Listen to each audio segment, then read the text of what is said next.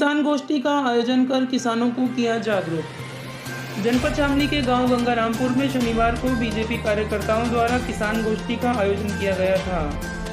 कार्यक्रम के समय अनुसार कैराना बीजेपी सांसद प्रदीप चौधरी को 1 बजे कार्यक्रम में पहुंचना था, लेकिन सांसद प्रदीप चौधरी 5 घंटे लेट पहुंचे। हालांकि सुबह 11 बजे से ही आसपास के ग्रामीण क्षेत्रों में आए लोगों व स्थानीय लोगों की भीड़ जमा होना शुरू हो गई थी, लेकिन 4 बजे तक भी सांसद महोदय कार्यक्रम स्थल पर नहीं पहुंच सके, जिसके बाद लोगों के सब्र का बांध टूट गया और तरह तरह की चर्चाएं होने लगी। स्थानीय ग्रामीणों का कहना है कि चुनाव जीतने के बाद शनिवार को पहली बार सांसद महोदय गांव आए थे और गांव में पहुंचते ही ढोल नगाड़ों के साथ माननीय सांसद महोदय का स्वागत किया गया, जिसके बाद माननीय सांसद महोदय द्वारा बीजेपी सरकार की उपलब्धियां गिनाते हुए मोदी जी को और योगी जी की जमकर तारीफ की गई और विपक्ष जमकर निशाना साधते हुए कृषि अध्यादेश के बारे में विस्तृत जानकारी भी दी गई और किसानों को बताया गया कि कृषि उद्योग किसानों की आय दोगुनी होगी।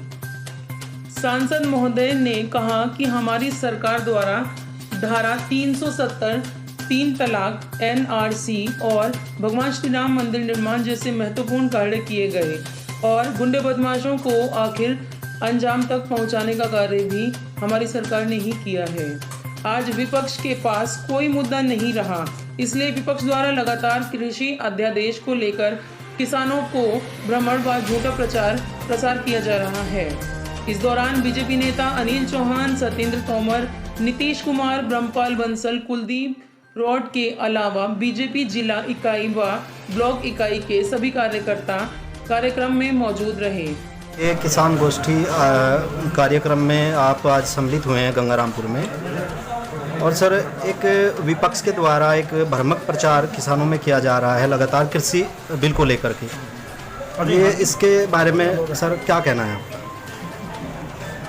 हमारी सरकार का स्पष्ट मत है कि किसान एक प्रतिस्पर्धा में आए, किसान संपन्न हो, किसान समृद्धशाली बने, किसान की आमदनी दोगुना हो। इस उद्देश्य से कृषि विधेयक को लाने की आवश्यकता पड़ी, उसी उद्देश्य से लाया गया है। विपक्ष के लोगों का काम केवल भ्रामक प्रचार करना ही रह गया है। उनकी सियासी जो जमीन है वो उनकी खिसक चुकी है।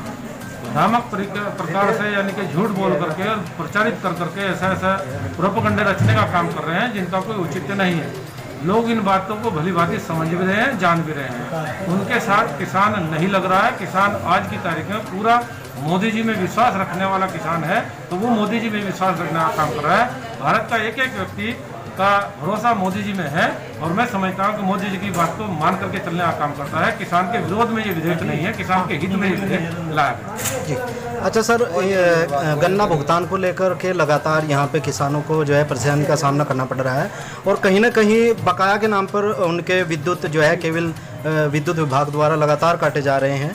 इस मामले में क्या कहना है सर? जहाँ तक गन्ना भुगतान का विषय है, पिछली सरकारों में गन्ना भुगतान का जो रहता था, गन्ना भुगतान जो शेष रहता था वो कई सालों का रहता है, 3-3 साल का रहता है। मैं भी शुगर मिल शेयरों पर 20 दिन धरना दे करके बैठा रहा, लेकिन एक भी दिन का उन्होंने पैसा देने की हामी नहीं भरी।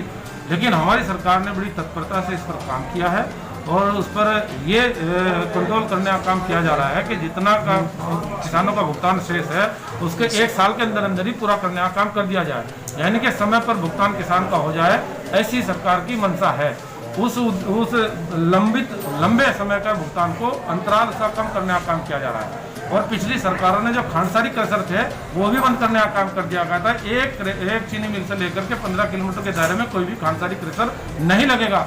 हमारी सरकार ने उस पर भी उसका जो सीमा क्षेत्र होता था वो 7.5 किलोमीटर पर ला करके करने का काम किया है, ताकि खानसारी क्रशर भी लग जाए, गन्ने की उठान अच्छी हो, गन्ने की पैदावार भी अच्छी हो और साथ साथ उसका गन्ने का भुगतान भी ठीक टाइम से लोगों को मिल जाए, किसानों को मिल जाए। ऐसे उद्देश्य से हमारी सरकार ने काम किया है।